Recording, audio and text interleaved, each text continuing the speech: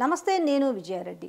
MLC కవిత jail నుంచి బయటికి రావడమే నేరం అన్నట్టుగా మాట్లాడుతున్నారు. ఎవరన్నా ఆమె కోసం కొంచెం పాజిటివ్గా మాట్లాడితే అది కూడా చాలా పెద్ద నేరం అన్నట్టు మాట్లాడుతున్నారు. ఈ మాట్లాడుతున్న వాళ్ళకి రాజ్యాంగం గురించి తెలియదా? అత్యున్నత న్యాయస్థానం గురించి తెలియదా? అంటే అరెస్ట్ అయిన వాళ్ళందరూ, జైలుకు పోయిన వాళ్ళందరూ పర్మనెంట్గా జైల్లోనే కూర్చున్నారు. అసలు మన తెలంగాణ ముఖ్యమంత్రి రేవంత్ రెడ్డి ఒకప్పుడు ఓటుకు నోటు కేసులో రెడ్ హ్యాండెడ్గా పట్టుబడి అరెస్ట్ అయితే ఇవాళ వరకు మరి జైల్లో కూర్చున్నాడా, లేకపోతే రాష్ట్రానికి ముఖ్యమంత్రి అయిందా? ఇట్లా ఒకటా రెండా కేసులు చాలా ఉన్నాయి దేశవ్యాప్తంగా చూసుకుంటే. మరి మిగతా వాళ్ళ మీద కేసులు ఎందుకైతే కాంగ్రెస్ పార్టీ మీద ఎందుకు అవుతలేవు?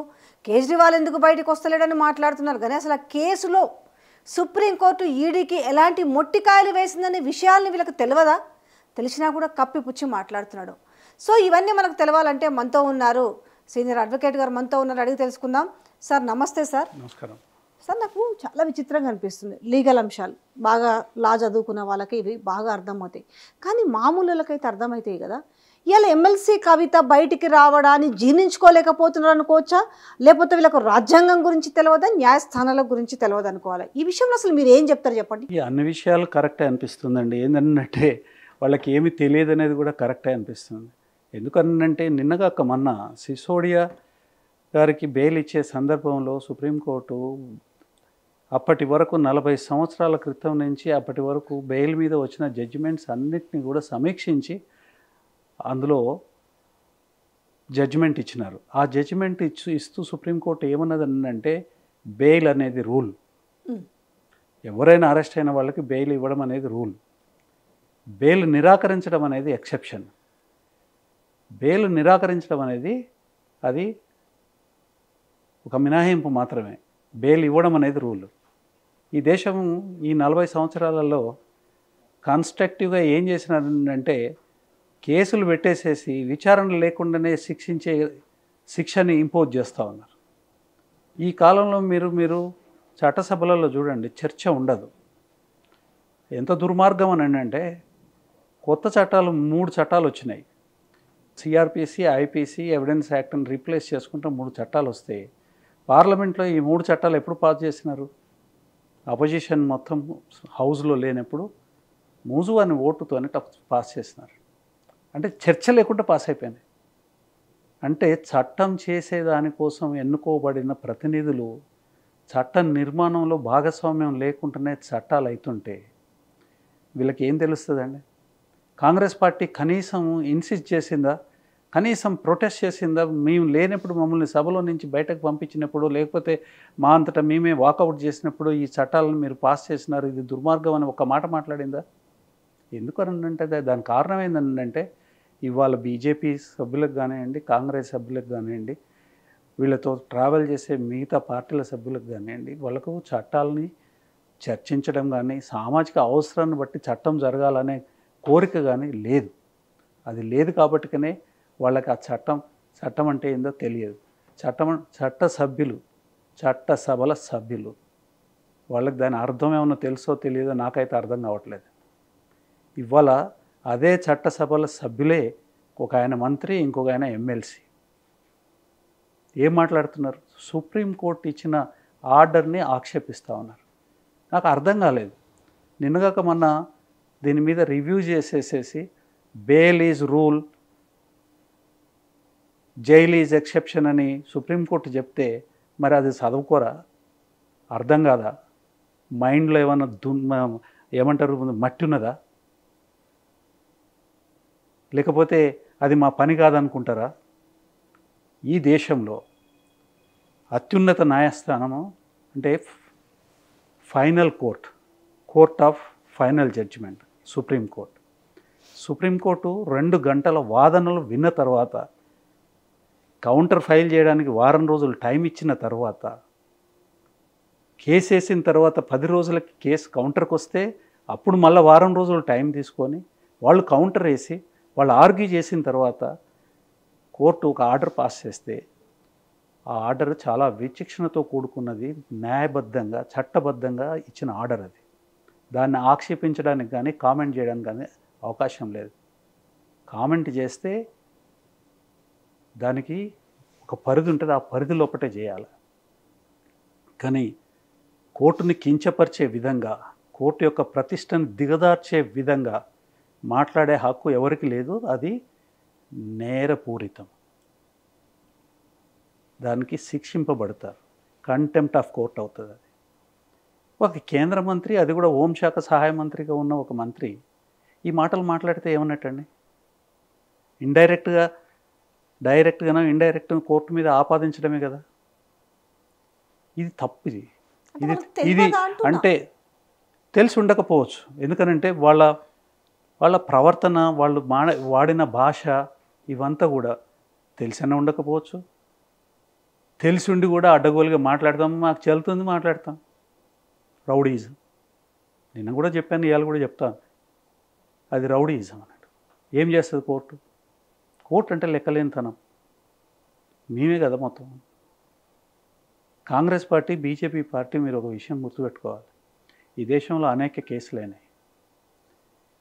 కేవలము ప్రాంతీయ పార్టీలకు సంబంధించిన వాళ్ళని మాత్రమే జైల్లో పెట్టినారు. తర్వాత ప్రశ్నించే గొంతులను జైల్లో పెట్టినారు. అంతే తప్ప కాంగ్రెస్ పార్టీకి మేము కుమ్ముక్కు అవుతామని అంటాడు, బీజేపీ పార్టీ మేము మాది బీఆర్ఎస్ని కుమ్ముక్కు అవుతున్నారని ఆక్షేపిస్తున్నారు. కుమ్ముక్కు ఎవరైనారండి? కుమ్ముక్కు ఎవరైనా? ఈ దేశంలో ఒక్కడిని చూపించండి కాంగ్రెస్ పార్టీ, ఎక్సెప్ట్ చిదంబరం. జైల్లో ఉన్నాడు ఎవడున్నాడు చెప్పండి? 9-10 సంవత్సరాలు కదా, 11వ సంవత్సరం నడుస్తూ ఉంది. కాంగ్రెస్ పార్టీ వాడిని ఒక్కడిని ఎవరన్నా లోపల పెట్టినరా? అదే బీజేపీ పార్టీ అనేక సందర్భాలు అన్నారు. తర్వాత కాంగ్రెస్ పార్టీకి సంబంధించిన వాళ్ళు అనేక మంది, సుఖరాం లాంటి వాళ్ళ పార్టీ మంత్రి, కేంద్ర మంత్రి, అత్యంత సన్నిహితుడు ప్రైమ్ మినిస్టర్కి, ఎవరికి? పివి నరసింహారావు గారికి. ఆయన ఇంట్లో మంచం కింద 3 కోట్ల రూపాయలు దొరికినాయి. అంటే నేను ఎందుకు చెప్తున్నానంటే కాంగ్రెస్ ఎంత అవినీతిపరమైనదని, ఎంత రౌడీజాన్ని చేసేదని. మరి ఇవాళ కాంగ్రెస్ పార్టీలో ఒకటేసారి అందరు పునీతులైనరా? పక్క రాష్ట్రంలో కనిపిస్తుంది కదా ఏం చేసినారో. కోట్ల రూపాయలు తెలంగాణకి, ఇది హైదరాబాద్లో డొల్ల కంపెనీలకు, లేకపోతే కాంగ్రెస్ నాయకులకు సంబంధించిన కంపెనీలకు ఎలక్షన్స్ ముందు డబ్బులు పంపించినారు. ఎంతమందిని అరెస్ట్ చేసినారు? ఈడీనే కదా. ఈడీ ఇమీడియట్గా వస్తుంది కదా. ప్రభుత్వ సొమ్ముని ఇక్కడ ఎన్నికల కోసం కాంగ్రెస్ పార్టీకి సంబంధించిన దగ్గర ఉన్న సంస్థలకు పంపించారని వార్తలు వచ్చినాయి. మీరు ఏం ఇన్వెస్టిగేషన్ చేసినారు? ఏం కేసు పెట్టినారు? ఎంతమందిని తీసి జైలు వేసినారు? ఆ సంబంధిత మంత్రిని వేసినారా? ఇక్కడ కంపెనీల వాళ్ళని వేసినరా? వేయరు. అట్లాంటివి అనేకం జరిగినాయి. ఎక్కడ వేయరు? ఎందుకు వేయరు అంటే ఆ కుమ్ముక్క ఏదైతే ఉందో కాంగ్రెస్ బీజేపీకి ఆ అండర్స్టాండింగ్ ఉన్నది. వాళ్ళు ఇద్దరు కలిపి చిన్న పార్టీలన్నీ నాశనం చేయాలి, ఏ ఆధారాలు లేకుండా కేసులు పెట్టాలి. కేజ్రీవాల్ ఒక పాలసీ అండి ఇది. లిక్కర్ కేసు ఒక పాలసీ. లిక్కర్ని ఏ రకంగా మార్కెట్ చేయాలా అనే దాని మీద ఒక పాలసీ. ఆ పాలసీ దాన్ని సంతకం పెట్టి దాన్ని ఫైనల్ అథారిటీ లెఫ్టినెంట్ గవర్నర్. మరి లెఫ్టినెంట్ గవర్నర్ మీద కేసు పెట్టాలి కదా, పెట్టలే. ఆయన మీద ఏం పెట్టలేదు. ఓ పాలసీకి సంబంధించిన పాలసీ క్రైమ్ ఎట్లయితుందండి? అది duty of the government policy తయారు చేయడం. గవర్నమెంట్ తయారు చేసింది. ఇప్పుడు ఇంత పెద్ద, నేను చెప్పేది కదా, సుప్రీంకోర్టు చెప్పింది ఈ బెయిల్ కన్సిడర్ చేసుకుంటూ దగ్గర సిబిఐ, ఈడీ ఇద్దరు కలిపి, ఎన్ఫోర్స్మెంట్ డైరెక్టరేట్ ఇద్దరు కలిసి, ఈ 2 సంస్థలు కలిసి దగ్గర 500 విట్నెసెస్ని ఎగ్జామిన్ చేస్తున్నారు. ఇందులో పెట్టినారు 500 మందిని ఇందులో విట్నెస్ల కింద పెట్టారు. 5,000 పేజీల ఛార్జ్షీట్లు వేసినారు. 50,000 పేజీల డాక్యుమెంట్లు సబ్మిట్ చేసినారు. కానీ ఒక సామెతకి ఇది ప్రతిరూపం ఏందనంటే కొండను నువ్వి ఎలకను పట్టిన. ఇక్కడ ఎలక కూడా లేదు. కొండను నువ్వి ఎలకను పట్టినారని అన్నట్టు, కానీ ఇందులో ఎలక కూడా దొరకలేదు. ఇవన్నీ బాగానే ఉన్నాయి, కానీ ఎక్కడున్నది సాక్ష్యం? ఎక్కడున్నది? ఆమె నేరం చేసిన సాక్ష్యం ఎక్కడుంది? చూపించండి అని అంటే చూపించలేక తలకాయలు కిందకు దించుకున్న పరిస్థితి. అంటే ఏమన్నట్టు? ఒక మహావ్యవస్థని కదిలించింది ఎవరు? బీజేపీ. ఎవరిని అణచివేయడానికి? కేసీఆర్ని ఒత్తిడిలోకి తీసుకురావడానికి. ఎందుకు కేసీఆర్ని ఒత్తిడిలోకి తీసుకురావడానికి అనేది అది చెప్తాను. తద్వారా ఎవరిని బలి చేసినారు? తెలంగాణ ఆడపడుచుని, ఒక బ్రైట్ ఉమెన్ లీడర్ని. ఈ దేశంలో ఉమెన్ లీడర్సే తక్కువ. ఎదిగి సొంతగా స్వశక్తితోని ఎదిగి ఒక స్థాయి నాయకురాలుగా ఎస్టాబ్లిష్ అయిన కవితని ఇవాళ, కవిత గారిని ఇవాళ బలి చేసే కార్యక్రమం చేశారు. 6 నెలలు ఆడపడుచుని తీసుకొని పోయి జైల్లో పెడితే ఈ శాడిస్టిక్ మాటలు మాట్లాడడం తప్ప. చదవండి మీరు. నిజంగా కేసు ఉంటే మీకు కూడా బోల్డంతమంది లాయర్లు ఉన్నారు, పెద్ద వ్యవస్థ ఉన్నది, తెలుసుకోండి. నిజంగా ఉంటే మేము ఒప్పుకుంటాం. కానీ ఏ రకమైన ఎవిడెన్స్ లేకుండా మొదటి నుంచి చెప్తా ఉన్నాం. ఈ కేసుని ఇనిషియేట్ చేసినప్పటి నుంచి చెప్తా ఉన్నాం, ఇది fabricated, motivated persecution, fabricated motivated persecution against Kavitha గారు అని మొదటి నుంచి చెప్తాను. ఇవాళ మేము నిజం ఉన్నది కాబట్టి చెప్పినాము, ధైర్యంగా చెప్పినాము. ఒంటరిగా ఉన్నప్పుడు కూడా మేము చెప్పినాం. ఇవాళ అది నిజమైంది. మా ఆరోపణలు ఏదైతే ఉన్నాయో, మేము ఏదైతే మా షికాయత్ ఏదైతే ఉందో, ప్రజల ముందట మా షికాయత్ ఏందని అంటే, ఇట్లా కావాలని ప్రచారం చేస్తున్నారు, కావాలని ఇబ్బంది పెట్టి తర్వాత దుర్మార్గంగా డిఫేమ్ చేయడం కోసం ఒక ఆడపడుచుని ఎట్లా మాట్లాడినారండి? ఈ న్యూస్ పేపర్లు, ఈ ప్రచార సాధనాలు, ఈ సోషల్ మీడియాలు, అన్సోషల్గా ఉన్న సోషల్ మీడియాలు. సోషల్ మీడియా పేరు మీద అన్సోషల్ యాక్టివిటీ చేసే ఒక వ్యవస్థ తయారైంది. వాళ్ళంతా ఏం మాట్లాడినారు? ఇవాళ కోర్టు ఏమన్నది? ఒక్క సాక్ష్యం చూపించు, తప్పు చేసినట్టుగా, ఆమె ఇన్వాల్వ్మెంట్ ఉన్నట్టుగా ఒక్క సాక్ష్యం చూపించమంటే ఏం చదువుతాడు ఆయన? అప్రూవర్ స్టేట్మెంట్ చదువుతాడు. అప్రూవర్ స్టేట్మెంట్ లెక్కలోకి తీసుకోరు. ఏదైనా ఒక జరిగినది మీరేమైనా చూపించగలిగితే దానికి అది ఉపయోగపడుతుంది. అయినా మీరు అప్రూవర్లను ఎట్లా చేసినారు? 20 మంది దగ్గర 10ల సంఖ్యలో అప్రూవర్లను ఇవ్వడం చేస్తాడండి. దేశంలో ఏ కేసులో జరగలే అంతమంది అప్రూవర్లని చేయడం. అంటే ఎంత చెత్త కేసు అయితే అప్రూవర్లు అంతమంది కావాలి, ఎంత ఆధారం లేని కేసు అయితే అప్రూవర్లు అంతమంది కావాలి. గాంధీ మర్డర్ కేసులో ఒకడే అప్రూవరు, రాజీవ్ గాంధీ మర్డర్ కేసులో, ఇందిరాగాంధీ మర్డర్ కేసులో ఒకడే అప్రూవర్.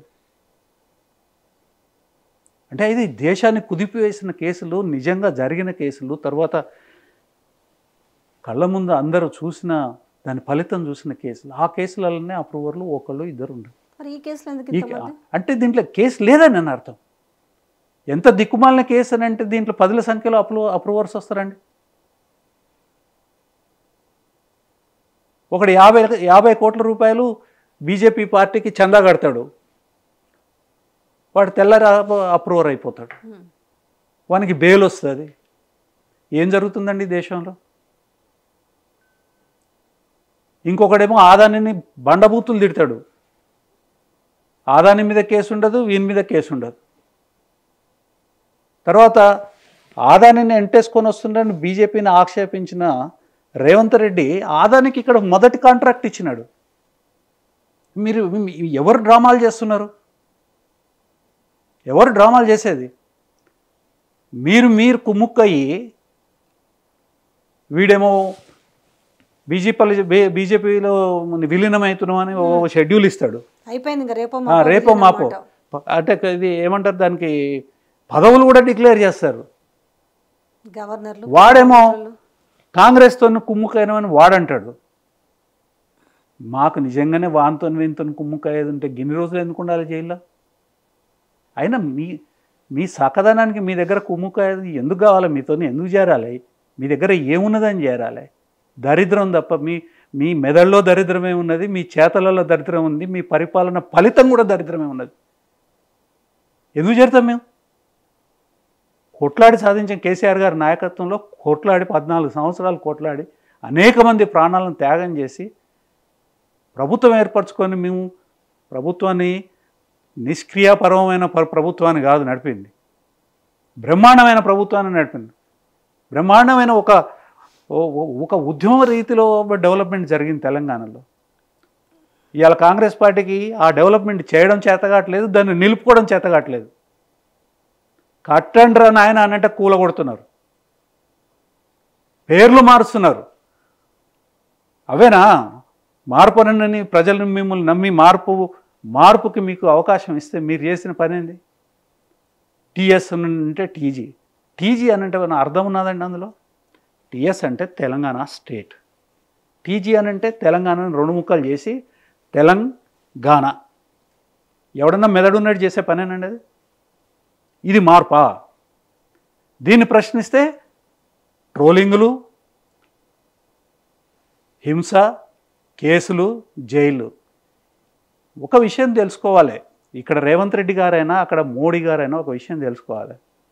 తెలంగాణ నాయకత్వాన్ని, తెలంగాణ రాష్ట్ర సాధించిన బీఆర్ఎస్ పార్టీ నాయకత్వానికి కానీ క్యాడర్కి కానీ కోర్టులు, జైళ్ళు, కేసులు కొత్త ఏం కావు. ఒక్కొక్కరి మీద 100 కేసులు పెట్టినారు. మా సుమన్ కానీ, గాదర్ కిషోర్ కానీ, అట్లా నాయకులందరి మీద 100 కేసులు. గెల్లు శ్రీనివాస్ మీద కానీ, దూదిమెట్ల బాలరాజు మీద కానీ 100 కేసులు అండి. 1, 2, 3, 5, 10 కాదు. అనేక సందర్భాలకు మేము కోట్ల రూపాయలు బీచం ఎత్తుకొని, లేకపోతే కేసీఆర్ గారు అయితే ప్రతి ఒక్కళ్ళని అభ్యర్థించి మా వాళ్ళకి బెయిల్ కావాలి కొంచెం మీరు కట్టండి అని అభ్యర్థించి కట్టించింది. మాకు కోర్టులు కొత్తనా, జైలు కొత్తనా? ఇవాళ మీరు 6 నెలలు మీరు సంకలు గుద్దుకుంటుండొచ్చు, సంతోషపడుతుండొచ్చు. మహాశక్తి వచ్చింది ఇప్పుడు. ఆమెను ఎదుర్కోవడము ఎవరి వల్ల కాదు. కంటే మాట్లాడే వాళ్ళు ఎవరినైనా కూడా బీఆర్ఎస్ అని ఒక ముద్ర వేసి మేము కూడా మన జనరల్గా అంటే ఎట్లా డైల్యూట్ చేసే పరిస్థితి కనబడుతుందంటే, రుణమాఫీ గురించి ప్రశ్నిస్తే బీఆర్ఎస్ పెయిడ్ బ్యాచ్ అంటారు, పెయిడ్ కుక్కలు అంటారు. ఈరోజు ట్రోలింగ్ నా మీద ఎంత దారుణం అండి. ఏమన్నా మీరు బేసిక్ ఒక ఊరికి పోతానే, నా ఊరోళ్ళు అంటే నాకు ఏదో వాళ్ళు ఎవరో తెలుస్తుంది. ఒక కొత్త ఊరికి పోయిన తర్వాత ఒక క్యాస్ట్ పెట్టి ఎట్లా తిడతారు అనేది మినిమం కామన్ సెన్స్ లేకుండా కేసు పెట్టించడమే కాకుండా దరిద్రమైన ట్రోలింగ్ అది. అంటే వీళ్ళు ఇట్లయితే మారారు, అట్లయితే మారారు అనేసి మళ్ళీ మనకు తెలంగాణ ఉద్యమం కోసం పనిచేస్తున్న పరిస్థితులు కల్పిస్తున్నారంటే ఆ పరిస్థితులకి నెట్టబడుతుంది. ఏం చేద్దాం అనుకున్నారు అసలు? 60 సంవత్సరాల వలస పాలనలో చాలామంది బాగా బలిసినారు. అంటే అహంకారంతో బలిసినారు, దోపిడితో బలిసినారు, రౌడీజంతో బలిసినారు. తెలంగాణ సాధించడంతోనో తెలంగాణ ఉద్యమం అయిపోయింది అని అనుకోవడము, తర్వాత పద్ధతిగా చేసుకుందామని ఒక పెద్ద హృదయంతో ఒక డిక్లరేషన్ చేసినారు కేసీఆర్ గారు. కానీ మాకు ఇవాళ మేము రియలైజ్ అయ్యేది ఏంటంటే ఇంకా ఉద్యమం చేయాల్సిన అవసరం ఉంది. తెలంగాణ కల్చర్ని రిస్టోర్ చేసుకునే దానికోసం ఉద్యమం చేయాల్సిన అవసరం ఉంది. ఏ పోరాటాలు అయితే ఇంతకుముందు తెలంగాణలో జరిగినాయో, భూస్వామ్య వ్యతిరేక పోరాటాలు కానివ్వండి, కార్మిక వర్గానికి సంబంధించిన పోరాటాలు కానివ్వండి, మహిళల హక్కులకు సంబంధించిన పోరాటం. మహిళల హక్కులు అంటే మహిళలకు మర్యాద, తర్వాత సమానత్వం ఇచ్చే మహిళల హక్కులు ఉంటాయి బేసికల్గా. అవన్నీ కూడా చేయాల్సిన అవసరం ఉంది. అవన్నీ చేయాల్సిన అవసరాన్ని ఇవాళ మీ మీద జరిగిన సంఘటనలు ఒకసారి మాకు అది ఆవశ్యకతను గుర్తింపజేస్తూ ఉన్నాయి. అన్యాయం కదా. ఇప్పుడు ఇంత ఉద్యమాలు నడిచిన కాలంలో కూడా ఏ ఊరికి పోయినా కానీ ఈ ఊరికి ఎందుకు వచ్చిందని ఎవడు అడగలే. ఏ జర్నలిస్ట్ అన్నా పోతే గౌరవిస్తారు, ఆదరిస్తారు. అది మహిళా జర్నలిస్టులు పోతే ఇంకా ఆదరిస్తారు.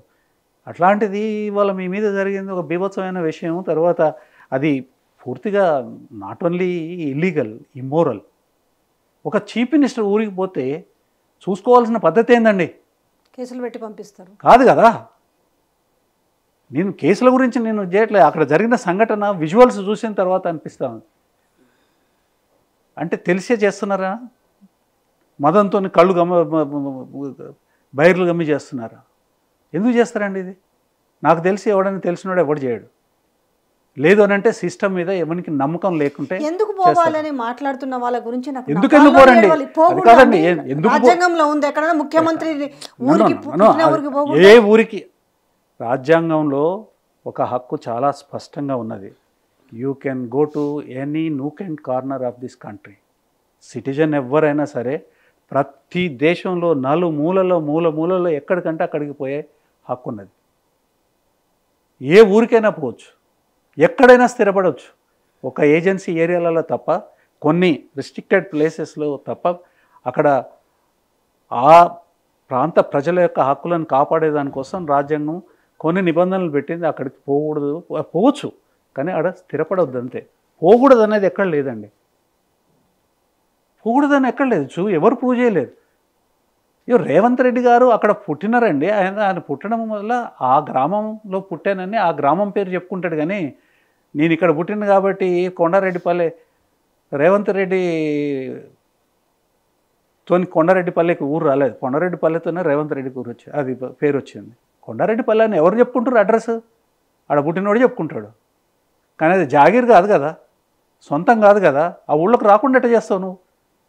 అందులో మామూలు ఎప్పుడు ఏదైనా చేస్తే నువ్వు చేస్తే దానికి నీకు ఒక వ్యక్తిగా నీకు చెల్లుబాటు అయితే అవుతుందేమో, కానీ ఒక ముఖ్యమంత్రిగా చేస్తే ఎట్లా ఉంటుందండి? అది ఒకళ్ళ ఇంగిత జ్ఞానానికి సంబంధించిన విషయం, డిస్క్రిషనరీ థాట్ ప్రాసెస్కి సంబంధించిన విషయం. తెలిసి చేస్తున్నారా తెలియక చేస్తున్నారా వేరే విషయం. అదే కాదు, కోర్టు ఒకసారి బెయిల్ ఈజ్ రూల్, తర్వాత జైల్ ఈజ్ ఎక్సెప్షన్ అని ఆ కేసుకు సంబంధించి అన్నీ కూడా కూలంకషంగా చర్చించి బెయిల్ గ్రాంట్ చేసిన తర్వాత ఈ మాట్లాడే పద్ధతి ఏదైతే ఉన్నదో, మీరు అడిగినారు అసలు వీళ్ళకి తెలిసి చేస్తున్నారా తెలియక చేస్తున్నారా? అదే కదా, తెలిసి కూడా మేము చేస్తాము, ధిక్కరిస్తున్నారు, మేము ఇట్లనే మాట్లాడతాం. ఏం చేసుకుంటారు? వేసింది కదా ఈడీకి కూడా, మీరు ఇంతసేపు చెప్పారు, అదే తిరిగి తిరిగి అక్కడే ఉంది. మీరు ఇంత క్లియర్గా చెప్తున్నారు, అరే ఏమున్నాయి దీనికి సాక్ష్యాలు, అప్రూవర్స్గా మార్చుకొని ఇంతమందిని అప్రూవర్లుగా మార్చుకొని. కానీ ఈ 2 ఏళ్ళు ఈ కేసు ఇంచుమించు మొదలై ఇప్పుడు ఎమ్మెల్సీ కవిత ఆల్మోస్ట్ 5 నెలలు దాటింది అనుకోండి. కానీ కేసు స్టార్ట్ అయ్యేప్పటి నుంచి మనీష్ సిసోడియా అరెస్ట్ అయిపోయి కూడా 1.5 ఇయర్కి పైన అయిపోయింది కదా. అప్పుడు ఏం తేల్చిరు? ₹1 పట్టుకున్నారా? ఏం అవినీతి జరిగిందని పట్టుకున్నారు అనేది ఇదొక పాయింట్. రెండో పాయింట్, కాంగ్రెస్ వాళ్ళ నైజం కూడా ఇదే. ఒకసారి కేజ్రీవాల్కి బెయిల్ వచ్చింది కదా మధ్యలో, స్వాగతిస్తామంటారు. మొన్న మనీష్ సిసోడియాకి బెయిల్ వస్తే స్వాగతిస్తామంటారు. ఒకే కేసులో మీకు 2 స్ప్లిట్ పర్సనాలిటీ ఎందుకు ఉంది? మరి కవితకు బెయిల్ వచ్చినప్పుడు కూడా స్వాగతించాల్సింది పోయి ఈమెనేమో అవినీతి చేసిందంటారు, మరి వాళ్ళు ఏం చేసారు? పునీతులా? మరి అంటే ఒక కేసులో స్ప్లిట్ పర్సనాలిటీ ఏంటి? స్ప్లిట్ పర్సనాలిటీ కాదండి, వాళ్ళకి ఏంటంటే అక్కడ ఇవాళ నార్త్లో ఎలక్షన్స్ ఉన్నాయి, అసెంబ్లీ ఎలక్షన్స్ ఉన్నాయి, హర్యానాలో ఎలక్షన్ ఉంది, యూపీలో ఎలక్షన్ ఉంది. నార్త్ ఇండియాలో కేజ్రీవాల్కి తర్వాత మనీష్ సిసోడియాకి సంబంధించిన ఏదైతే పలుకుబడి ఉందో ఆ పలుకుబడిని వాళ్ళకి ఓట్లలో ఉపయోగించుకోవాలి కాబట్టి కాసేపటికి ఆయనని స్వాగతిస్తారు. ఆపర్చునిజం, స్వార్థపూరితమైన ఆపర్చునిజం తప్ప దీంట్లో ఏ రకమైన ప్రిన్సిపల్ ఏం లేదు, వాళ్ళకొక పద్ధతి లేదు. తర్వాత ఇక్కడ తెలంగాణకు సంబంధించిన బీఆర్ఎస్ పార్టీకి సంబంధించింది కాబట్టి మొదటి నుంచి తెలంగాణలో బీఆర్ఎస్కి కాంగ్రెస్ వ్యతిరేకంగా ఉన్నది. వాళ్ళ ప్రయోజనాలకు అనుకూలంగా అది ఎంత చెత్తగా మాట్లాడాల్సిన అవసరం వచ్చినా అంత చెత్తగా మాట్లాడతారు. ప్రజలు నవ్వుతారు అనుకున్నా వాళ్ళకి ఏం లేదు, ప్రజలు మమ్మల్ని తప్పుపడతారని అనుకున్నా వాళ్ళకి ఏమీ ఈ బాధ లేదు. అది వాళ్ళకి అంటే ఒక పద్ధతి లేని తనము, పార్టీ పద్ధతి లేదు, వాళ్ళకి పద్ధతి లేదు, వాళ్ళ నాయకత్వానికి పద్ధతి లేదు. తర్వాత వాళ్ళు బీజేపీతోని పూర్తిగా కుమ్ముకై ఉన్నారు.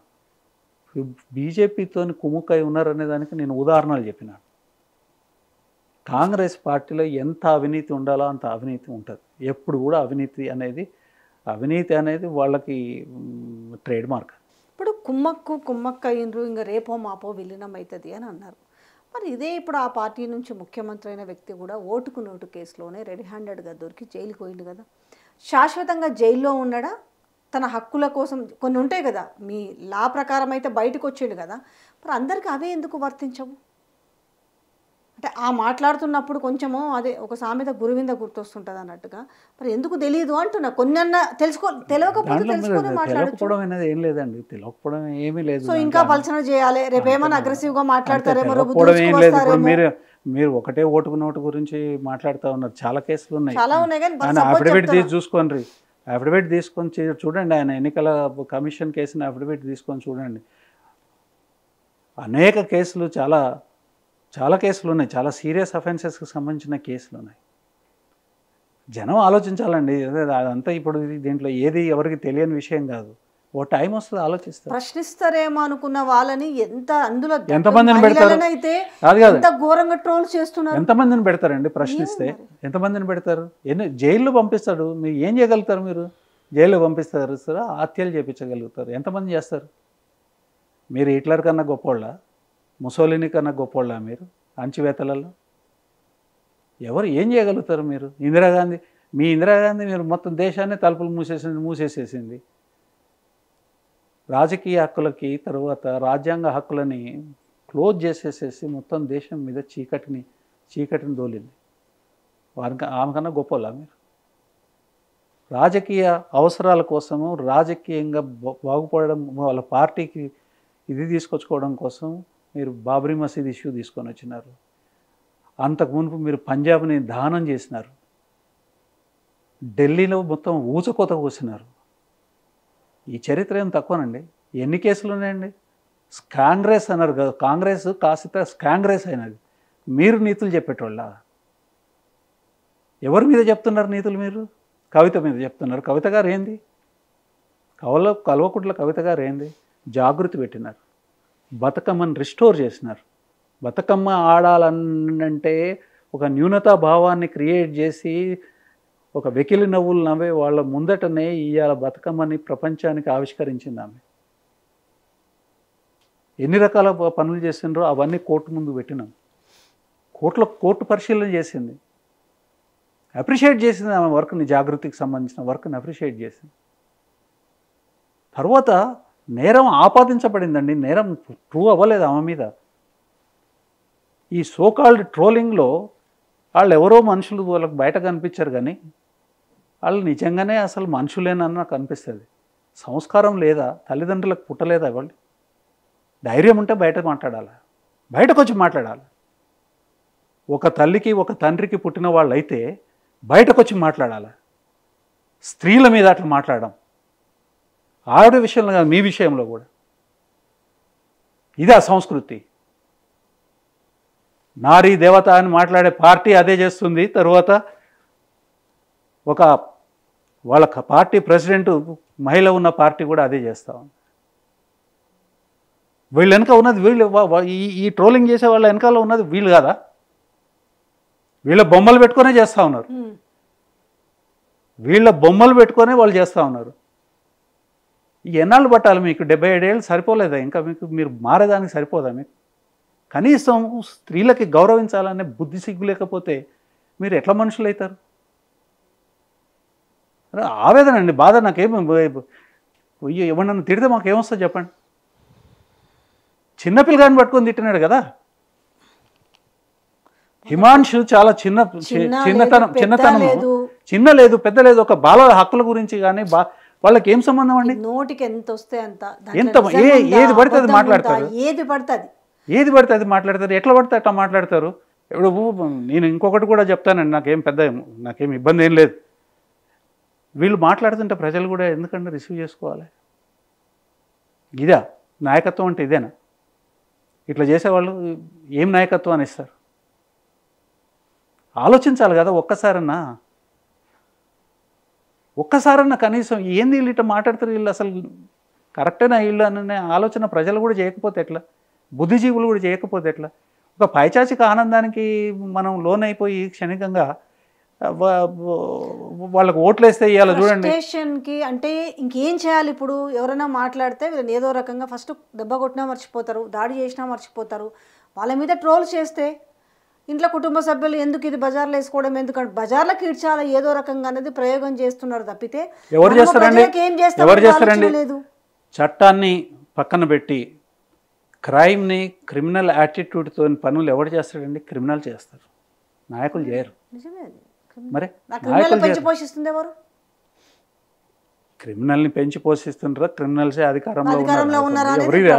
అర్థం చేసుకోవాల్సిన టైం వచ్చేసింది. వరకు ఎంతో కొంత ఏ మూలన గౌరవం ఉందేమో ఆ గౌరవాన్ని కాస్త అంటే ఇంక ఏ పరిస్థితుల్లో తెగిస్తారో కూడా తెలియకుండా తయారైనారు. అంటే చట్టాలు గౌరవం లేదు. ఇప్పుడు ఏదైనా విరిగే దానికోసమేనండి. ఇప్పుడు పెడుచు చెట్టు పెరిగితే ఏమవుతుందండి? పెరుగుతుంది, అంతకన్నా ఏం కాదు. ఏమవుతుంది? ఏం చేయగలుగుతారు అంటున్నా నేను. నాకు ఒక విషయం అర్థం కావట్లేదు. ఏం చేయగలుగుతారు? చేయగలిగేది ఏముంటుంది? దమనకాండ చేస్తారు, జైళ్ళలో పడేస్తారు, దొంగ కేసులు పెడతారు. ఇగో ఇవాళ ఈడీ చేసిన పనే వీళ్ళు కూడా చేస్తుండొచ్చు. ఎన్ని చేస్తారంటున్నాను. నాకున్న ఎక్స్పీరియన్స్ చెప్తానండి. అధికారులు కొంతమేరకే వింటారు, అధికారులు కూడా వినరు ఇట్లాంటి పనులు చేస్తే. ఎందుకంటే అధికారులకు మాత్రం వాళ్ళ నెత్తి మీదకి ఎందుకు తెచ్చుకుంటారు? చెప్పింది ప్రతిదీ చేయాలనంటే వీలు కాదు, చట్టం ఒప్పుకోదు. వాళ్ళు ఉద్యోగస్తులు. కొంతమేరకి ఎందుకు వచ్చిన పంచాయతీ అని అనుకుంటారు, ఆ తర్వాత ఎదురు తిరుగుతారు. చేయం సార్ అని అంటారు. ఏం చేస్తారు? ఇది సమాజం గొప్పతనము, ఇది రాజ్యాంగం గొప్పతనం. రాజ్యాంగం ఇచ్చిన హక్కులు అయితే ఉన్నాయో ఇట్లాంటి శక్తులన్నిటికీ అడ్డుగోడలాగా నిలుస్తుంది రాజ్యాంగ. అందుకనే ఈ వ్యవస్థలన్నింటినీ కూడా కూలగొట్టే ప్రయత్నం బీజేపీ చాలా ఎఫెక్టివ్గా చేసుకుంటూ వచ్చింది. కూలగొట్టగలిగిందా? నువ్వే కూలిపోయినావు. నీ మెజారిటీ ఎక్కడి నుంచి నువ్వు 400 వస్తాయి అనుకుంటే 230 కూడా దిక్కులేదు. నువ్వు కూలగొట్టలే అంటే ఇప్పుడు ఇవాళ సుప్రీంకోర్టు ఈ రకమైన స్టాండ్ తీసుకుంటుందని చాలామంది ఊహించలేకపోవచ్చు. కానీ చట్టం మీద తర్వాత వ్యవస్థల మీద నమ్ముకున్న అలాంటి వాళ్ళకి మాత్రం ఉన్నది. ఖచ్చితంగా ఒక టైం వస్తుంది. ఆ టైం వచ్చింది. ఫర్దర్గా ఎట్లా ఉండబోతుంది కేసు? అంటే ఇప్పుడు ఇంకా ఇప్పుడేదో మీరు అంటే సంబరపడుతున్నారు, కానీ అసలు కథ ముందుంది కదా అనే డిస్కషన్ కూడా వింటున్నాం కదా. ఏముందండి అసలు కథ? ఇది అయిపోయింది సంబరం అనుకుంటున్నారు కదా. ఇంకో కేసు పెడతారా? ఇంకో కేసు పెడతారా? ఇంకొకళ్ళని ఇది చేస్తారా? ఇంకా 10 మంది మీద పెడతారా? 100 మంది మీద పెడతారా? ప్రజలు ఉన్న పిచ్చోళ్ళండి. ప్రజల మెదళ్ళను సీల్ చేయలేరు కదా. తర్వాత వీళ్ళు మంచి పరిపాలన ఇచ్చి ఇవన్నీ చేస్తే వేరే విషయం. ఏం పరిపాలన జరుగుతుంది మీరు చూస్తున్నారు కదా. టీఎస్ని టీజీ చేస్తాము, చిహ్నాలను బీకేస్తాము, తర్వాత రాజీవ్ గాంధీ బొమ్మ తీసుకొచ్చి పెడతాము. ఈరోజు ఏదో అది ఆయన సొంతం చేసింది కాదండి. ప్రజల యొక్క ఆగ్రహము, తర్వాత బీఆర్ఎస్ పార్టీ రైట్ఫుల్ క్రిటిసిజం వల్ల ఇవాళ ఈ was force to install Telangana తల్లి. తెలంగాణ తల్లిని ఆయనకేం సొంత కోరికని చేసిండా? ఆయన ఆలోచన నుంచి చేసిండా? మేము అంటే ఓ రకంగా మేమే కారకులం ఇవాళ తెలంగాణ తల్లిని పెట్టించే దానికోసము. నువ్వు తెలంగాణ తల్లి పెట్టకుండా రాజీవ్ గాంధీని తీసుకొని వచ్చి ఎంతకాలం అండి నాకు అర్థం కాదు. ఈ దేశంలో మొత్తం ఇక్కడ ఉన్న ఇక్కడ ఎవరు లేడా? ఇక్కడ తెలంగాణ సాయుధ పోరాటం జరిగిందండి. వేలాది మంది ప్రాణాలు ఇచ్చినారు. రజాకర్ల ఉద్యమం జరిగింది. రజాకర్ల ఉద్యమానికి వ్యతిరేకంగా వేలాది మంది ప్రాణాలు ఇచ్చినారు. తెలంగాణ సాధన పోరాటం జరిగింది. తెలంగాణ రాష్ట్ర సాధన పోరాటంలో 378 మంది 380 మందిని ఇదే దుర్మార్గ కాంగ్రెస్ కాల్చి చంపింది. వాళ్ళ పేర్లు పెట్టిరా? ఎందుకు పెట్టావు? ఊకే రాజీవ్ గాంధీ, ఊకే ఇందిరాగాంధీ, ఊకే జవహర్లాల్ నెహ్రూ, ఊకే రాహుల్ గాంధీ, ఊకే సోనియా గాంధీ, వీళ్ళపై ఎవరు లేడా? ఇంత దిక్కుమాలిన బానిసత్వం అండి. నువ్వు ప్లీజ్ చేయదలుచుకుంటుంటే ఇక నువ్వు ఇంకా వేరే రకంగా ఏమైనా ప్లీజ్ చేసుకొని వాళ్ళ ఫోటోలు, వాళ్ళ విగ్రహాలు ఈ దేశంలో ఎవరు లేడండి. కోటాను కోట్ల మందిలో లక్షలాది మంది ప్రాణాలు త్యాగం చేసిన స్వతంత్రం కోసం ఊకే ఆడ ఏం పెట్టుకోవాలి? తెలంగాణ తల్లిని పెట్టుకుంటాము. తెలంగాణ తల్లిని పెట్టుకోవడం కోసం ఆ జాగాను పెట్టుకున్నాం. బయట రాజీవ్ గాంధీ విగ్రహం పెడుతున్నాము అనేసి దానికి ఒక రాజీవ్ గాంధీ విగ్రహం ఇప్పుడు 1 కిలోమీటర్ దూరంలోనే ఉందండి. సోమాజిగూడ చౌరస్తాలో ఉన్నది. ఎవడన్నా వద్దనమా? చాలా విశాల దృక్పథంతోనే మేము కావాలని వాటిని ఆహ్వానించినాము. ఉద్యమం నడుస్తున్న కాలంలో కూడా వాటిని కాపాడుకున్నాము. దేనికంటే నాకు అర్థం కాదు. మీరు కచ్చకొద్ది పెట్టాలనే ఉద్దేశంతో అసలు తెలంగాణ జై తెలంగాణ అనే మాటను మాట్లాడిన ఇంత మటుకు ఒక మాట మాట్లాడలేదు. తెలంగాణ ఉద్యమ కాలంలో తుపాకీ చూపించినాడు. మాకు హక్కు లేదా మాట్లాడేదానికి? తెలంగాణ కోసం కొట్లాడిన సింగిల్ పాయింట్ ప్రోగ్రామ్తో కొట్లాడిన ఒక పార్టీని చెప్పండి తెలంగాణలో. తెలంగాణ కోసం సింగిల్ పాయింట్ ప్రోగ్రాం. ప్రాణం పోతే పోయింది, తెలంగాణ రావడం నా ప్రాణం పోవడం అనే ఒక నినదించి కూర్చున్న ఒక ఆయనను చూపించండి. మాకు ఎక్స్క్లూజివ్ రైట్ ఉంటుంది తెలంగాణ మీద. తెలంగాణ పోరాటవాదులకి ఎక్స్క్లూజివ్ రైట్ ఉంటుంది తెలంగాణ మీద. ఆత్మగౌరవానికి సంబంధించి ఎక్స్క్లూజివ్ రైట్ ఉంటుందా? అడుగుతాము. అడిగే హక్కు కూడా ఉన్నది, రాజ్యాంగం ఇచ్చింది. మేము రాజ్యాంగబద్ధంగానే అడుగుతున్నాం. రాజ్యాంగం ఇచ్చిన స్వేచ్ఛతోనే అడుగుతా ఉన్నాము. దానికి ట్రోలింగ్ చేస్తారా? నేను అనట్లేదు కదా. ఎవడు రాజీవ్ గాంధీ ఎవడు నేను అన్నట్లే, ఎన్ని పెడతావని అంటున్నాను. ఎందుకు పెట్టకూడదండి? ఇక్కడ లోకల్ వాళ్ళకి ఇదెందుకు పెట్టుకోవద్దు? తెలంగాణ తల్లిని పెట్టుకొనే ఆ స్ఫూర్తితోనే ఆ యుద్ధం జరిగింది. 1000 మంది దాంతోనే ప్రాణాలు త్యాగం చేసినారు. మరి వాళ్ళకు ఆ తల్లి విగ్రహం పెట్టుకుంటారంటే మీకేంది? అదేదో బయట పెట్టొచ్చు కదా. నాకు కూడా అర్థం కాదు. హైదరాబాద్ పెద్ద నగరం అండి, ఎక్కడైనా పెట్టుకోవచ్చు. వాళ్ళ ఇంటికాడ పెట్టుకోవచ్చు. గాంధీ భవన్ ఇంకా చాలా పెద్దది, ఇంకెన్నో చోట్ల పెట్టుకోమని చెప్పారు. అదేమో తెలంగాణ తల్లి విగ్రహం ఏమో లోపల పెడతారట, రాజీవ్ గాంధీ విగ్రహం బయట పెడతారట. ఇది ప్రశ్నిస్తే మళ్ళీ రాజకీయ ముద్ర వేసేస్తారు. ఇంకొకటి ఏమీ లేదు, ఏం లేదు. మీకు విషయం ఏంటంటే ఇవన్నీ ఎవడు చేస్తాడండి? అసలు విషయాలు చేతగానవాడికి ఇవన్నీ చేస్తాడు. నువ్వు అసలు విషయాలు నువ్వు 420 ప్రామిసులు చేసినావు, కార్డులు కూడా ఇచ్చినావు, గ్యారంటీ కార్డులని ఒక 5 6 కార్డులు సోనియా గాంధీ సంతకము, రాహుల్ గాంధీ సంతకం పెట్టి ఇచ్చినావు. అవి ఇంప్లిమెంట్ చేయి. తర్వాత 419 20 ప్రామిసులు చేసినావు, అన్ని మేనిఫెస్టోలో పెట్టినావు, ఎలక్షన్ కమిషన్కి ఇచ్చినావు, ప్రజల ముందు మాట్లాడినావు. అది కాకనే కదా, అది ప్రశ్నిస్తేనే కదా ఇంత వచ్చింది. మాఫియా అనేది అంత గొప్పగా చెప్పుకున్నారు, అవ్వలేదు అని అంటేనే ఇంత కర్మ వస్తుంది. అవ్వలేదురా బాబు అనేసి. ఇప్పుడు అసలే కష్టాలలో ఉన్న నిరుద్యోగులను రెచ్చగొట్టి ఏమేమో ప్రామిసులు చేస్తున్నావు.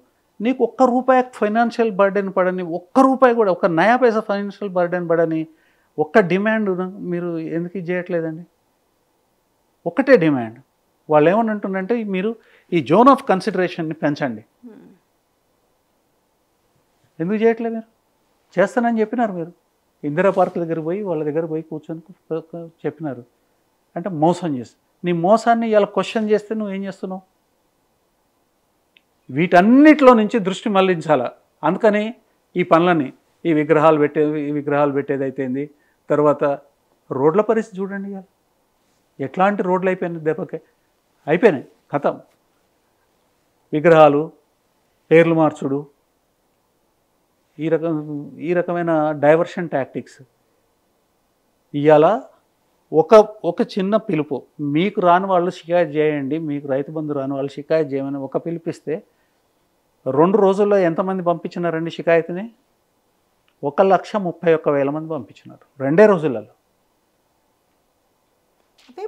నేనేమో ఇప్పుడు మీరు ఏది చేస్తే అది ప్రామిస్ చేయండి, చేయలేంది ప్రామిస్ చేయకండి. లేకపోతే ప్రామిస్ చేసినప్పుడు మీరు చెప్పాలి, నమ్రతతో చెప్పాలి. అయ్యా మేము చేస్తున్నాము, మీరు ఓపిక పట్టుకోండి, మా పొజిషన్ మేము ఎన్ని చేసినాము వీటన్నిటిని ఇట్లా అంచెలంచెలుగా చేసుకుంటామని నమ్రతతో చెప్పు. మనకు నమ్రత అంటే ఏందో తెలియదా? అది అట్లా మెత్తగా మాట్లాడితే, మంచిగా మాట్లాడితే, ప్రజలతో మంచిగా మాట్లాడితే అవమానమే. అది ఎవడు ఎదురు మాట్లాడకూడదా? ఇంకేం చేస్తాడండి? ఇట్లాంటి దత్తరాల వ్యవహారాలు అని అంటారు వీటిని, డైవర్షన్ టాక్టిక్స్. తర్వాత మీ మీద అటాక్ చేసినారు, అటాక్ చేసేసి అదొక ఇష్యూ అవుతుంది, కొన్ని రోజులు అందులో పోతుంది. టాపిక్ డైవర్షన్ ఎన్ని రోజులు డైవర్ట్ చేస్తావు? ఆఖరి ఎన్ని రోజులు డైవర్షన్ చేస్తావు? అసలు కేసీఆర్ గారు ఇంత మటుకు దిగలే. మీకు టైం ఇచ్చిండు, మీరు అమలు చేసుకోమని అన్నాడు ఆయన. పాపం ఆయన మీ మర్యాదస్తుడు కాబట్టి మర్యాదగా మీకు టైం ఇచ్చినాడు. ఆయన దిగితే మీకు తెలుస్తుంది, అప్పుడు తెలుస్తుంది. టైం అయిపోయిందండి. ఎందుకనంటే ఈ పర్టికులర్ టైంలో చేస్తామని మనం ఎవరం చెప్పట్లేదు. అది సరే, మనం ఎవరం కూడా వాళ్ళకి ఆపాదించట్లేదు. వాళ్ళే ఇచ్చారు టైంలు, ఆ టైంలు, టైం టేబుల్ అని వాళ్ళు ఇచ్చినాయి. 2 లక్షల ఉద్యోగాలు ఇస్తానని అన్నావు, వచ్చి రాగానే ఏడాది లోపల 2 లక్షల ఉద్యోగాలు. జాబ్ క్యాలెండర్ డేట్లు లేవు, తేదీలు లేవు, ఏమి లేవు. జాబ్ క్యాలెండర్ ఇచ్చిండ్రు. అది క్యాలెండర్ అంటారు ఎవడన్నా? మెడకాయ మీద తలకాయ నోడు ఎవడు కూడా దాని క్యాలెండర్ అన్నాడు. క్యాలెండర్ అంటే ఎట్లా ఉంటుందని అంటే యూపీఎస్సీది క్యాలెండర్ ఉన్నది. యూపీఎస్సీ వాళ్ళు క్యాలెండర్ని వాళ్ళు కొన్ని సంవత్సరాలుగా చేస్తూ ఉన్నారు. ఆ క్యాలెండర్ చూస్తే క్యాలెండర్ తెలుస్తుంది. పరీక్ష ఎప్పుడు, ఫలితం ఎప్పుడు, ఇంటర్వ్యూలు, అది మన ఆర్డర్స్ ఎప్పుడు, అపాయింట్మెంట్ ఎప్పుడు అని అన్నీ ఉంటాయి. జనాన్ని ఎంతకాలం మోసం చేస్తారండి? జనానికి ఏం తెలియదు అనుకుంటారా? అంటే జనాన్ని కూడా ఒక భయం గుప్పిట్లో ఉంచాలని ఒక ప్రయత్నం కాబోలు. ఈ అడిగితే తంతాం, అడిగితే కేసులు పెడతాం, అడిగితే ట్రోల్ చేస్తాం, ఇంతే. మరి ఇప్పుడు ఈ 8-9 నెలలనే ఇట్లా చేస్తున్నారు అంటే పరిస్థితి ఏంది? రేపు రోడ్ల మీదకి వచ్చి కొట్టిన దాకా చూస్తారు అంతే జనాలు. అంతే. వీళ్ళు చేస్తున్నది ఏంటంటే ఓపిక పడతారు వాళ్ళు కూడా. ఇంకా దాన్ని ఓపిక నశిస్తే జనాలు తక్కువ అంచనా వేయదు. అంటే తెలంగాణ బిడ్డలు తక్కువ అంచనా వేయదు. నేను రెచ్చగొడుతున్నాను కాదు కానీ రోడ్ల మీద కొట్టడం అన్నది అనాగరికమైన చర్య వీళ్ళు చేసే కథలు రేపు కాదండి. అయినా కానీ ప్రజలు పద్ధతిగానే రియాక్ట్ అవుతారు. ఎట్లా పడితే నోటికి ఎంత మాట వస్తే అంత మాట. ఎవరన్నా కాదండి, నేను ఒక్కటి అడుగుతాను, చెప్పు తీసుకొని కొడతా అనేది ఏంటండి? మరి దాన్ని మీరు చేసిన ప్రామిసులు మీరు చేయట్లేదు ఏంది అని అంటే చెప్పు తీసుకొని. బీఆర్ఎస్ పార్టీ అంటే వెలేసిందా? తెలంగాణ వెలేసిన పార్టీ. బీఆర్ఎస్ గురించి ఎవ్వరు మాట్లాడకూడదా? ప్రజల గురించి అంటే వీళ్ళు మాట్లాడుతున్న మాటలోనే ఉంది కదా. ప్రజల గురించి మాట్లాడితే మీరు బీఆర్ఎస్ కంట కడుతున్నారంటే మరి బీఆర్ఎస్ ప్రజల వైపే ఉన్నట్టే కదా. న్యాచురల్ కదా. మరి ఇంకా మమ్మల్ని ఎందుకు ట్రోల్ చేసాడు? ఎందుకు మేము చేసేది? మీకు ఒక మాట చెప్తానండి, బీఆర్ఎస్ పేరు తీసుకోకుండా వాళ్ళు పరిపాలన చేయలేరు. రోజు గడవదు వాళ్ళకి, రోజు గడవదు. వాళ్ళు నెగటివ్గానే తీసుకోవాలి, పాజిటివ్గానే తీసుకోవాలి. కేసీఆర్ పేరుని రూపుమాపుతానని అన్నాడు. అన్ని చోట్ల కేసీఆర్ని గుర్తు లేకుండా చేస్తాను. నేను ఒకటే మాట చెప్తా ఉన్నా, నువ్వు కేసీఆర్ పేరు తీయకుండా ఏ ఒక్క రోజు కాదు, దినం గడవదు, గంట ఏ ఒక్క గంట గడవదు, మీకు క్షణం గడవదు. అంతే కదా. మరి మేము ప్రజల వైపు మాట్లాడితే ఆడపిల్లల మీద నీచ రాజకీయాలు చేసుకొని మీకు ఎక్కడ గడుస్తుంది? బీఆర్ఎస్కి ముద్ర వేస్తారు ఎందుకు? మేము అట్లా పోతే మరి కండవాలు కప్పుకొని పోదుం కదా. మేమేదో జర్నలిస్టులుగా పోతే వీళ్ళు జర్నలిస్టులు అంట, బీఆర్ఎస్ పెయిడ్ కుక్కలు, పెయిడ్ బ్యాచ్. ఎవ్వరు నోరెత్తినా, ప్రజల వైపు ఎవ్వరు నోరెత్తినా బీఆర్ఎస్ కంట కడుతున్నారు. పొత్తు గడుస్తలేదు మీకు. అయినా బీఆర్ఎస్ ఏం మాట్లాడుతుందండి? ఏమో మరి అదే బీఆర్ఎస్ మాట్లాడేది ఏంది? మీరు చేసిన ప్రామిస్లు ఏవైతే ఉన్నాయో, మీరు వాగ్దానాలు చేసినారో ఆ వాగ్దానాలు అమలు చేయమని అంటున్నది. తర్వాత పాత ఏవైతే ఉన్నాయో, ఏ పథకాలు ఉన్నాయో వాటికి 200, 300 ఇస్తానన్నారు. మీరు అది ఇవ్వకపోయినా కానీ వాళ్ళకి ఇంత ఉంపు ఉన్నది, వాళ్ళకి ఇవ్వండి అని అన్నాడు. ఇవాళ రైతు బంధు సరిగా ఇవ్వలేదు, పెన్షన్లు సరిగా రావట్లేదు, తర్వాత రైతు బీమా అమలు లేదు, అనేక అడుగుద్ది. అదే ఇప్పుడు వచ్చిన బాధ అంతా అదే. ఇప్పుడు మీకు ఇంకొక విషయం తెలుసు, హైడ్రా ఉంది. హైడ్రా విషయంలో మొత్తం మీడియా అంతా ఒక దోర్లో పోతుంటే మేము వెళ్ళేసి పట్నం మహేందర్ రెడ్డి కావచ్చు, పొంగులేటి శ్రీనివాస్ రెడ్డిది కావచ్చు, వివేక్ది కావచ్చు, లేకపోతే కేవీపీది కావచ్చు, ఇవన్నీ మేము బయట పెట్టుకుంటూ వచ్చినాం. ఈరోజు మేము బయట పెట్టడంతో అందరు వచ్చేసి పట్నం మహేందర్ రెడ్డి ఏం మాట్లాడుతున్నాడు, నాది గులిస్తే అందరినీ కూల్చురి అంటే ఇట్లా బయట పెట్టుకుంటూ పోతున్నాను. నాయన మీరు చేస్తున్న కరెక్టే, కానీ ఇవి ఉన్నాయి, ఇవి కూడా చెయ్యండి. ఇప్పుడు మీరు ఒక నిర్ణయం తీసుకున్నారు, అందరివి తీసుకోండి. మీరు ఈ విషయంలో కూడా మేము చెప్తాము, మా పార్టీగా కేటీఆర్ గారు చాలా స్పష్టంగా విధానం చెప్పినారు. ఇల్లీగల్ కన్స్ట్రక్షన్ కూలగొట్టేదానికి మేము వ్యతిరేకం కాదు. అవును. తరువాత మీరు ఏదైనా ఫామ్ హౌస్ అని మాట్లాడుతుంటారో అది నా ఫామ్ హౌస్ కాదు, అది నా ఫ్రెండ్ది, నేను లీజ్ తీసుకున్నాను. ఒకవేళ అది కూడా ఇల్లీగల్గా ఉంటే కూలగొట్టుకోండి, నేను సహకరిస్తాను.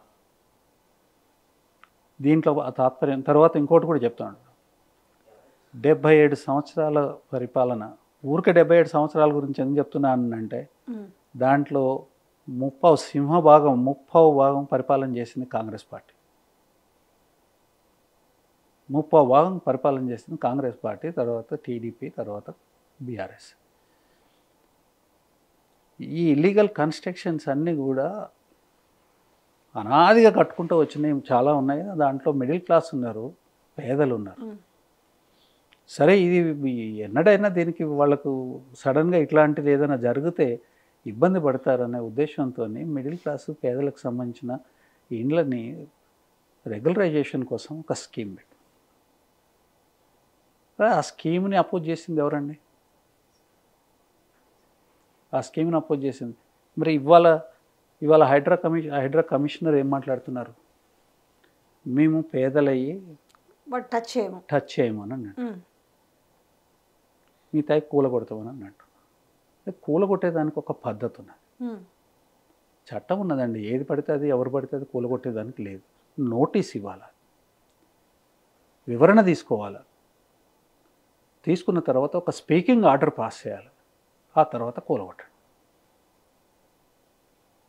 కానీ ఒక ప్రైవేట్ పర్సన్ చేసినట్టుగా ఒక ప్రభుత్వ సంస్థ ఫ్రైడే ఈవినింగ్ కోర్టులు బంద్ ఉన్నప్పుడు కూలగొట్టడం ఇవన్నీ అది అది ఏమవుతుంది అంటే పర్పస్ఫుల్గా చట్టం యొక్క అవకాశం, కోర్టుకు పోయే అవకాశము కక్షిదారికి ఇవ్వకుండా తప్పించాలనుకోవడము ప్రైవేట్ వ్యక్తులు చేస్తే దానికి ఒక మర్యాద ఉంటుంది, కానీ ప్రభుత్వమే చేస్తే దానికి మర్యాద ఉంటుంది.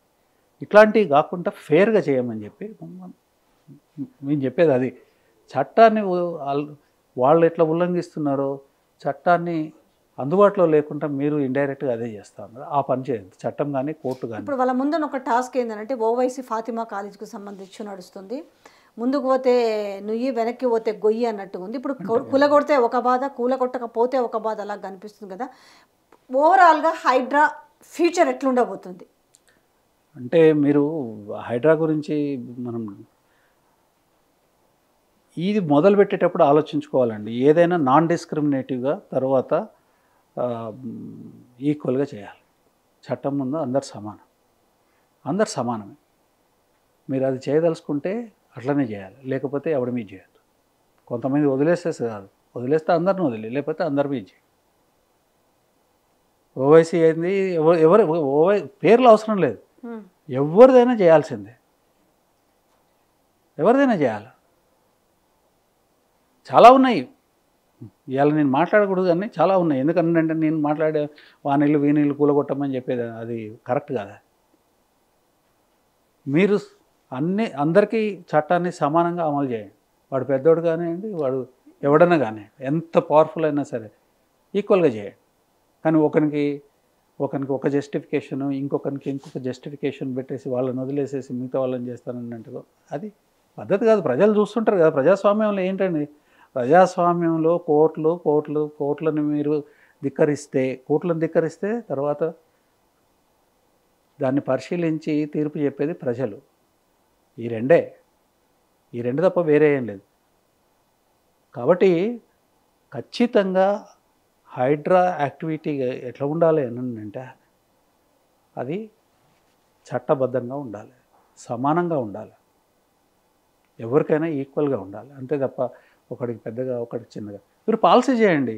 ఇగో అందుకనేనండి గైడ్లైన్స్ లేకపోతేనే సమస్యలు వస్తాయి. మీరు గైడ్లైన్స్ ఫ్రేమ్ చేయకుండా ఎందుకు ముందుకు పోయినారు? ఏం తొందర వచ్చింది అని అంటే నేను చెప్తా. అధికారులకు సంబంధించింది కాదు, రాజకీయ నిర్ణయం. రాజకీయ నిర్ణయం ఏంటంటే సెన్సేషన్లు చేయాలి. రైతులది రోజు వస్తూ ఉన్నది, దాన్ని టాపిక్ డైవర్ట్ చేయాలి. తీసుకుపోయి నాగార్జున ఎన్ కన్వెన్షన్ కూలగొట్టండి, రాష్ట్రం అంతా అదే మాట్లాడుతుంది, పేపర్లన్నీ అయ్యే రాస్తారు. అన్నిటికన్నా నాకు చాలా మనసులో ఒక బాధ ఏంటంటే మామూలు ప్రజలు ఈ రకంగా చేస్తే ఓకే బాగానే ఉన్నది ఆ ఆలోచన, వాళ్ళు డైవర్షన్ ఈజీగా అవుతారు. కానీ న్యూస్ పేపర్లు ఎట్లా డైవర్ట్ అవుతున్నాయండి? అవుతాయి. ఛానల్స్ ఎందుకు డైవర్ట్ అవుతున్నాయి? వాళ్ళు డైవర్ట్ అవ్వట్లేదు, వాళ్ళు డైవర్ట్ చేస్తూ ఉన్నారు. డైవర్ట్ చేస్తాను, ఇదేం పద్ధతి అని అంటున్నాను. మీరు ఫోర్త్ ఎస్టేట్ అండి, మీరు జర్నలిస్టులు, జర్నలిజము తర్వాత ఎంత ఫోర్త్ ఎస్టేట్ మాట్లాడితే ఇప్పుడు మాట్లాడాలి, మాట్లాడాలండి, అంటగడతారు, మాట్లాడాల్సిందే. అది మొదలు పెడితే తెలంగాణ ఎవడు ముందుగా మాట్లాడలేదండి. తెలంగాణ సాధించాలి, తెలంగాణ ప్రత్యేక రాష్ట్రం కావాలని అందరూ మాట్లాడలేదు. చివరికి కేసీఆర్ గారు వచ్చిన తర్వాత కూడా చాలా తక్కువ మందే మాట్లాడినారు. మాట్లాడుతుంటే అప్పుడు తెలంగాణ అంటుకున్నది. ఇది కూడా అంతే. ఏదైనా ఒక మహోత్కృష్టమైన ఒక విషయాన్ని సాధించాలి, రాజ్యాంగ ఆశయం అండి. అన్న మాట్లాడడం, రైట్ఫుల్ క్రిటిసిజం అనేది రాజ్యాంగ ఆశయం. అది దాన్ని సాధించాలంటే మాట్లాడాలి. ఏం చేయగలుగుతారు? చంపుతారు, అంతకన్నా చేస్తుంది ఏం చేస్తారండి? చేతగానోడు చేసే పనులు అవన్నీ. చేతనైనోడు దీక్ష తీసుకుంటాడు. వీళ్ళు ఏదో క్రిటిసైజ్ చేస్తూ ఉన్నారు, నాలో ఏం తప్పు ఉన్నది, నేను ఎందుకు చేయకూడదు, నేను చేయగలుగుతాను కదా అని ఆలోచించి దీక్ష తీసుకుంటాడు. ఏమవుతుంది? కొంతమంది ప్రాణాలు పోతూనే ఉంటాయి. చంపుతారు, వీళ్ళు ఈ దుర్మార్గులు చంపుతారు, వాళ్ళ చేతుల్లో ప్రాణాలు పోతుంటాయి. ఏం చేస్తాం? అందుకని మాట్లాడకూడదు అని అంటే కరెక్ట్ కాదండి, మాట్లాడాల్సిందే. ఇప్పుడు నేను మాట్లాడే చాలామందికి నచ్చకపోవచ్చు, పిచ్చోళ్ళగా మాట్లాడుతున్నాడు, మాట్లాడాలంటే ఎవడు మాట్లాడతాడు అని అనుకునేటోళ్ళు కూడా చాలామంది ఉంటారు, నాకు తెలుసు. అయినా మాట్లాడాలి. మాట్లాడకపోతే విషయం ఏంటంటే డిబేట్ ఎట్లా అవుతుందండి? నోరు మూసుకుంటే ఏమొస్తుంది? అది చేసే ప్రయత్నం చేస్తున్నారు, కానీ అది ఎక్కువ కాలం అనచలేరు కదా. ఆ విషయాన్ని పాపం వాళ్ళు అవసరం మర్చిపోయి లేదండి. frustration లో మాట్లాడుతున్నారు. తెలంగాణలో మనకి లేటెస్ట్ మాట్లాడడం మూలంగా ఫలితం లేటెస్ట్గా ఉన్నది మన ముందు తెలంగాణనే. అద్భుతమైన ప్రగతి వ్యవసాయంలో కానీ. వీళ్ళందరూ ఏదో సూర్యుడికి దుప్పటి కప్తారా అండి? అయ్యేదేనా? తెలంగాణలో జరిగిన ప్రగతి వీళ్ళు ఏదో మాట్లాడుతూ ఉన్నారా? వీళ్ళు దీన్ని మటమాయం చేయగలుగుతారా? దాని మీద మబ్బులని నింపి కనిపించకుండా చేయగలుగుతారా? ప్రజలు అనుభవిస్తూ ఉన్నారు. నిన్ననే పేపర్లో వచ్చింది, ఏదో ఒక పంప్ హౌస్, చాలా పెద్ద పంప్ హౌస్ మా కాళేశ్వరంలో 200 టీఎంసీలు పోసిందని. మరి ఎక్కడి నుంచి వచ్చాయి? తెలంగాణలో అసలు అదేంది కాళేశ్వరం అనేది లేనే లేదు, ఉట్టిగా మాటలు మాట్లాడినారు అని. మరి 200 టీఎంసీలు ఎట్లా వచ్చినాయి? ఎన్నడన్నా ఉన్నదా మనకి 200 టీఎంసీ? శ్రీరామ్ సాగరే చేయలేదు మనకి 200 టీఎంసీలు ఎప్పుడు. అంత పెద్ద ప్రాజెక్ట్ అని అంటే స్తంభాలం లాగా అయిపోయింది. కాబట్టి వాళ్ళు చేసే ప్రయత్నం వాళ్ళు చేస్తారు. వాళ్ళంత శక్తివంతంగా నెగటివ్ ఫోర్సెస్ ఎప్పుడు కూడా శక్తివంతంగా చేస్తాయి, కానీ పాజిటివ్ ఫోర్సెస్ స్మాల్గా చేస్తాయి, కానీ అవి చాలా గొప్పగా చేస్తాయి. తర్వాత నిలిచిపోతాయి. మార్పు వస్తుంది, నిజమైన మార్పు వస్తుంది. రేవంత్ రెడ్డి గారు కాంగ్రెస్ పార్టీ చెప్పిన మార్పు కాదు, నిజమైన మార్పు వస్తుంది. సామెత ఉంది కదండి, చలిచీమలు పామును చంపినట్టుగా. ఏముంటుంది దాంట్లో? ఇబ్బంది లేదు. Thank you so much sir. చాలా విషయాలు షేర్ చేసుకున్నారు. ప్రజలకు ప్రతి ఒక్కటి కూడా దాన్ని అర్థం చేసుకోవాలని నేను కూడా మనస్ఫూర్తిగా కోరుకుంటున్నాను. Once again thank you so much sir.